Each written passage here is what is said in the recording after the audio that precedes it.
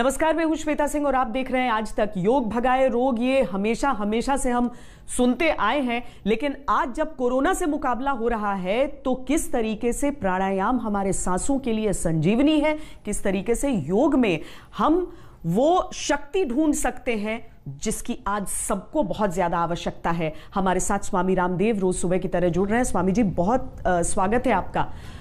एक तो हमने बात की थी उन लोगों की जो घरों पर रहने के लिए मजबूर हैं, व्यवस्था कुछ ऐसी हो गई है, कई लोग वर्क फ्रॉम होम, बच्चे घर पर, लेकिन वो लोग जिन्हें बाहर निकलना है, मेडिकल स्टाफ तो है ही, लेकिन सुरक्षा कर्मी हमारे हो गए, बाकी लोग हो गए, वो सारे लोग कैसे अपने आप को इतना तंदुरुस्त रखें कि बाहर निकलकर भी, संक्रमण के बीच भी वो पूरी तरीके से ठीक रहें।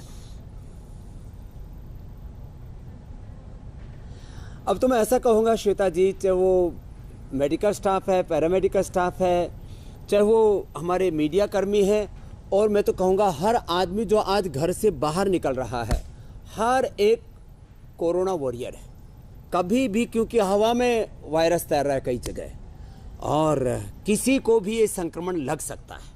और कोई बड़ा परिवार, संयुक्त परिवार कोई से देश में नहीं है जिसका कोई ना कोई व्यक्ति कोरोना संक्रमित ना हो।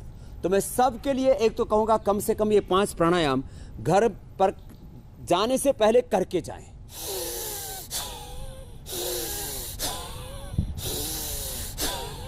दो से 5 मिनट की डीप ब्रीथिंग, लंबा गहरा श्वास लेना। जिनको hypertension, heart problem, asthma, back एक, बहुत ज़्यादा कमजोरी है, वो धीरे धीरे करें। और जो मेरी तरह से पूरी तरह तंदुरुस्त हैं आपकी तरह से, वो ऐसे कर सकते हैं।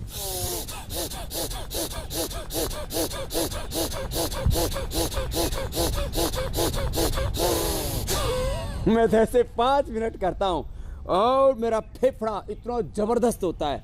पहले तो मैं आज तक कोरोना से संक्रमित हुआ नहीं और होऊंगा भी नहीं, और 22 दफा जिसके चांसेस 0.1% हैं, तो मुझे पता भी नहीं लगेगा कि कोरोना कब आया और कोरोना कब चला गया। ये ताकत होनी चाहिए आपके रेस्पिरेटरी सिस्टम, क्योंकि सबसे पहले अटैक ये कोरोना हमारे रेस्पिरेटरी सिस्टम पर ही करता है और इसी के ऊपर धंधा पनप रहा है। पिछले साल 27,56,352 करोड़ रुपए का ये पूरा मेडिकल का खर्चा लोगों ने किया। माने कुल हेल्थ बजट जो लोगों ने खर्च किया वो 27,56,352 करोड़ रुपए था। क्यों करना पड़ता है इतना खर्चा? क्योंकि लोग का शरीर उनका साथ नहीं देता, उनके फेफड़े, रेस्पिरेटरी सिस्टम माने श्वसन तंत्र के साथ फिर पाचन तंत्र इतना स्ट्रोंग होना चाहिए। यही तो गड़बड़ हो रही है। आजकल लोगों के लंग पर कोरोना अटैक कर रहा है, फिर पेनक्रियाज पर, लिवर, किडनी पर, और मल्टीपल ऑर्गन फेलियर होता है, हार्ट पर, ब्रेन पर अटैक करता है, और हम अपने आप को प्रोटेक्ट नहीं कर पाते। तो ये 5 प्राणायाम, भस्त्रिका के बाद ये कपालभाति,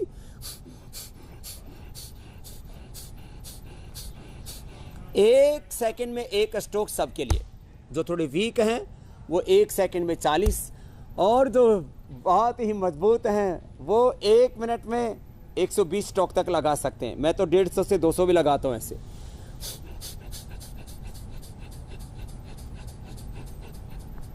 जैसा जिसको अनुकूल। ये श्वसन तंत्र, पाचन तंत्र के बाद आता है प्रतिरक्षा तंत्र, जिसको इम्यूनिटी भी कहते हैं, नाड़ी तंत्र, उसके लिए अनुलोम विलोम। ये तो सबके लिए मैंडेटरी है, कंपल्सरी है। ऑल्टरनेटिव ब्रीदिंग,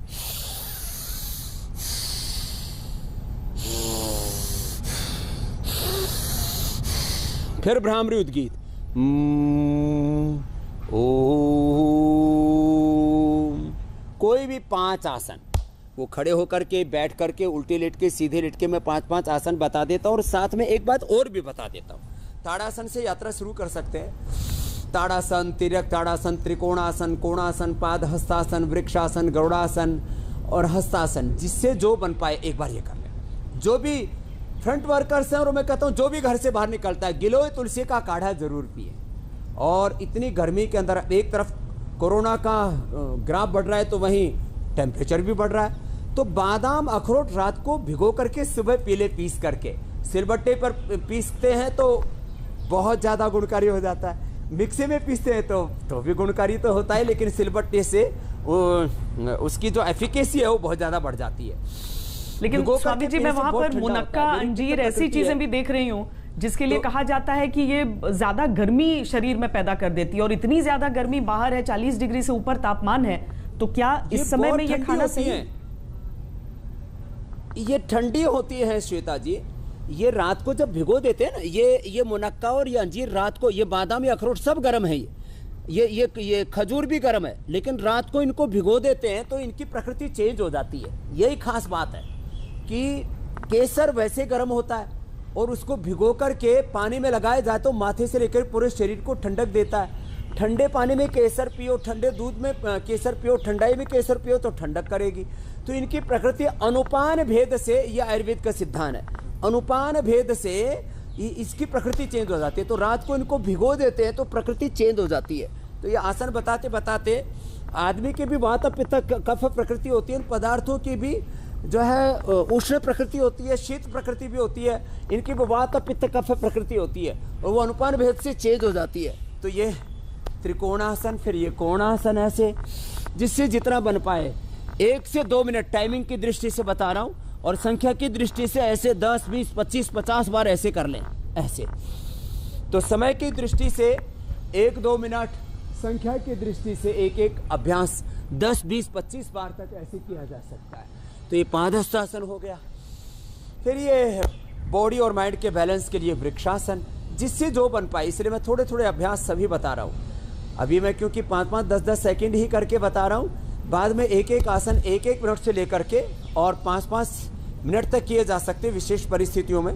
जैसे डायबिटीज़ के पेशेंट को हमें नॉन डायबिटिक करना है तो मंडूकासन, शशकासन आदि हम 5-5 मिनट तक करा देते हैं। ये वृक्षासन और फिर ये गरुड़ासन, इतना बैलेंस होना चाहिए, एकदम से ऐसे बैलेंस बना सके। और इसमें आसन में ही नहीं, आसन में तो ऐसे बैलेंस बना ही पाए हम, और इसके ये तो मैंने सरल वाले बताए, मैंने ऐसे बैलेंस बना दे, एक साथ ऐसे किया और ऐसे बैलेंस बना दिया। इसमें थोड़ा प्रैक्टिस अपेक्षित है, नहीं तो पता लगा गिर ही गए और फिर आपसे फिर दूसरी चीज का इलाज पूछना पड़ेगा, मंडूकासन। लेकिन स्वामी जी, ये संतुलन बनाने से क्या फायदा होता है? आप हड्डी टूट जाए तो दूध में हल्दी सिला दी तो लाक्षादी गूगल ले ले तो जल्दी जुड़ जाएगी मंडूकासन।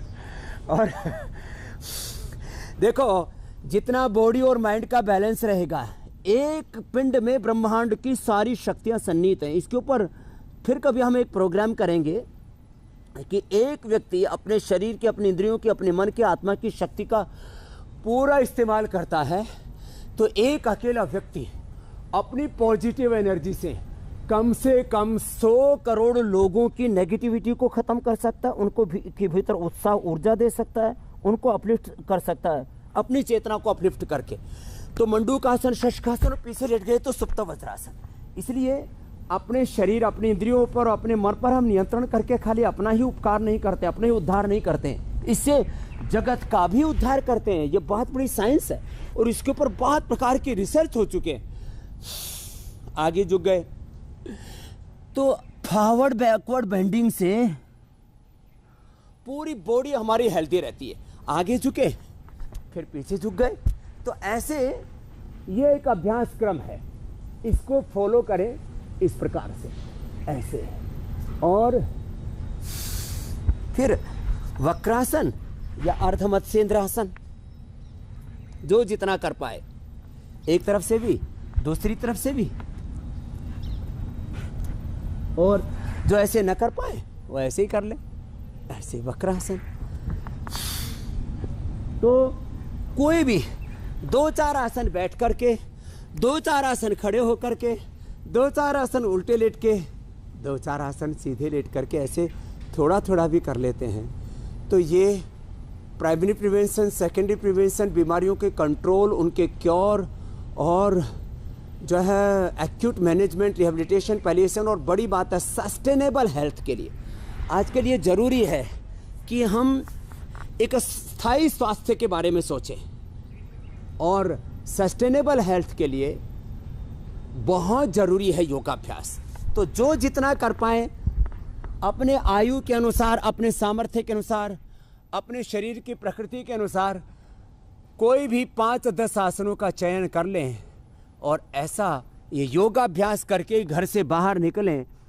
गिलोय घनवटी खा लें, हमने तो सबके लिए बना रखी है, गिलोय घनवटी, तुलसी घनवटी, नीम घनवटी। नहीं तो सुबह खाली पेट लंग को स्ट्रेंथन करने के लिए स्वासारी, बहुत ज़्यादा कमज़ोर हैं जिनके फेफड़े, तो स्वासारी गोल्ड और खाने के बाद कोरोनिल, ये इतना खा के निकलेंगे तो पहली बात तो कोरोना से संक्रमित नहीं होंगे, और बाई दफ़ा हो भी गए तो किसी प्रकार का दुष्प्रभाव नहीं होगा, और हम अपने आप को पूरी तरह से मजबूत कर पाएंगे। भुजंगासन के 2 और ये तीसरा अभ्यास शरीरक भुजंगासन, ऐसे ऐसे, और ये तो चौथा है ही भुजंगासन का। शलभासन के भी ऐसे 4 अभ्यास होते हैं, एक एक पैर से करना, एक हाथ सामने करके एक हाथ पीछे ले करके ऐसे करना, दूसरी तरफ से भी ऐसे करना, फिर ऐसे, और फिर ये दोनों तरफ से कर दिया ऐसे, धनुरासन। तो ये हम सीधे खड़े होकर के, बैठ करके, उल्टे लेट के, फिर सीधे लेट करके कोई भी 5 से 10 आसन चुन लें और उनको कर लें, तो आप जिंदगी की जंग को आसानी से लड़ सकेंगे। नहीं तो चारों ओर बीमारियां तो घात लगाए बैठी ही हैं। कहा जाता है मेडिकल टर्मिनोलॉजी में, श्वेता जी, एवरी पर्सन है every disease in the body. सब शरीर हमारे, सब रोग हमारे शरीर के अंदर होते हैं, सबके शरीर में सब रोगों के पैदा होने की संभावना है। किसी को भी बीपी, शुगर, थायराइड, किसी को भी बीपी, शुगर, थायराइड और लाइफस्टाइल डिजीज के साथ साथ जेनेटिक डिजीज हो सकती है, और अब तो किसी को भी कोरोना हो सकता है। तो भाई बचेगा कौन? ऐसे डर की जिंदगी को थोड़ी जिया जा सकता है। तो जो योग करेगा, योग और रोग का बैर है, तो योग का प्रकाश जब जीवन में होगा तो रोग रूपी अंधेरे से हम ठीक से लड़ पाएंगे। अब किस तरह का मास्क आप उपयोग कर रहे हैं उस पर निर्भर करता है कि आपके कान दर्द होंगे या फिर आपके गर्दन में दर्द होगा। दफ्तरों से वापस आकर ऐसे क्लोज स्पेस में, क्योंकि आप मास्क हटा नहीं सकते हैं, आपको प्रोटेक्शन चाहिए, तो वापस आकर कुछ ऐसी चीजें हैं जो उस रिलैक्सेशन के लिए थोड़ा इस्तेमाल की जा सकती हैं। ये तो मैंने भी देखा, कई बार जो है पब्लिक के बीच में जाना होता है, तो मैंने तो क्योंकि सुबह से शाम तक एक अलग प्रकार के कार्यों में व्यस्त रहता हूँ, मैंने लगातार एक दिन ये करीब 12 घंटा मास्क लगाया, तो पीछे कान दर्द कर रहे थे। तो कान दर्द के लिए क्या है, तो कान दर्द के लिए एक तो ये श्वास अंदर भर के और नाक बंद कर लिया, मुंह भी बंद कर लिया, और इससे कान एकदम रिलैक्स हो जाते हैं। दूसरा, कान के पॉइंट भी होते हैं। अभी तो मैंने एयर प्लग लगाया हुआ है, मैं हटा करके बता देता हूँ। देखो ऐसे, ये कान को पकड़ के थोड़ा ऐसे झटका मारना चाहिए, और कान को ऐसे मसाज करनी चाहिए, कान के ऐसे ऐसे, पूरे कान की ऐसे ऐसे मसाज कर लेनी चाहिए, थोड़ा ऐसे भी और ऐसे भी। तो ये पूरे कान की थोड़ी मसाज करनी चाहिए। और कान में भी, ये कान में और नाक में दोनों में ये बादाम रोगन डाल लेना चाहिए। बादाम रोगन नाक में भी डालना चाहिए, कान में भी डालना चाहिए।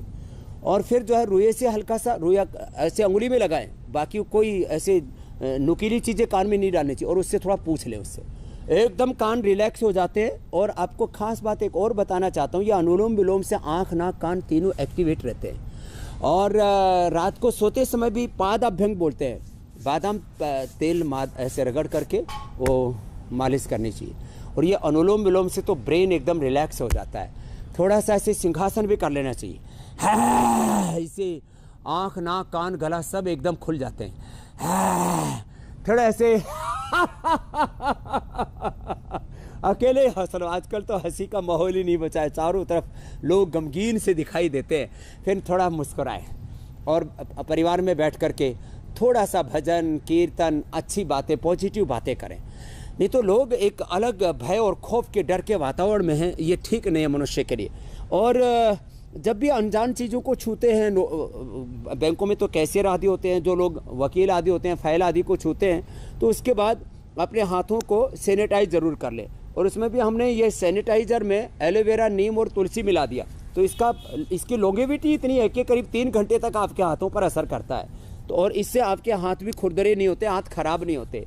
तो कुछ हर चीज़ों में, चाहे हेयर केयर है, डेंटल केयर है, स्किन केयर है, सैनिटाइज़र हैं, जितना हो सके इनके साथ प्राकृतिक तत्वों को जोड़ देते हैं तो ये चारों तरफ जो एक नेगेटिव एनर्जी है और बहुत तरह के रेडिएशंस के भी बहुत को प्रभाव आ रहे हैं। 4G के बाद अब 5G भी आ रहा है और चारों तरफ वातावरण में तो करोड़ों लोगों की नेगेटिव एनर्जी अलग अलग प्रकार से इफेक्ट कर रही है। आप जितने पॉजिटिव रहेंगे उतने ही आप जिंदगी की इस जंग को अच्छे से लड़ पाएंगे और हर बाधा को जीत पाएंगे। श्वेता जी।